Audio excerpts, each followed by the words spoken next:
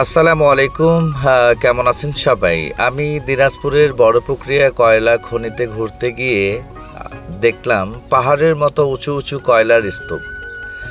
এই কয়লা থেকেই দেশের গুরুত্বপূর্ণ তাপবিদ্যুৎ উৎপাদন হয়, কিন্তু সেই এলাকার মানুষের চোখে আমি এক ধরনের ভয় দেখেছি।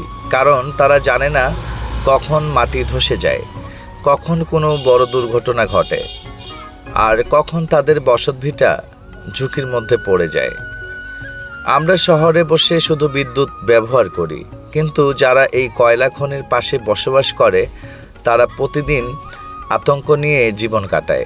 অনেক সময় খনির আশেপাশে মাটি ফেটে যায়, ঘরবাড়িতে ফাটল দেখা যায়, মানুষের মনে জন্ম নেয় অজানা সংখ্যা।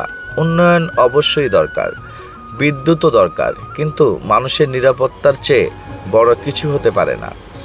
আমাদের উচিত এই খনি এলাকার মানুষের নিরাপত্তার দিকে নজর দেওয়া, নিয়মিত পর্যবেক্ষণ, নিরাপদ ব্যবস্থাপনা ও ক্ষতিগ্রস্ত মানুষের পাশে দাঁড়ানো।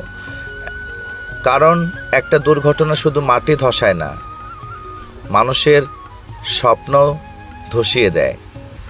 তাই আমি বলবো প্রতিটি মানুষকে নিজ নিজ জায়গা থেকে সাবধানতা অবলম্বন করতে।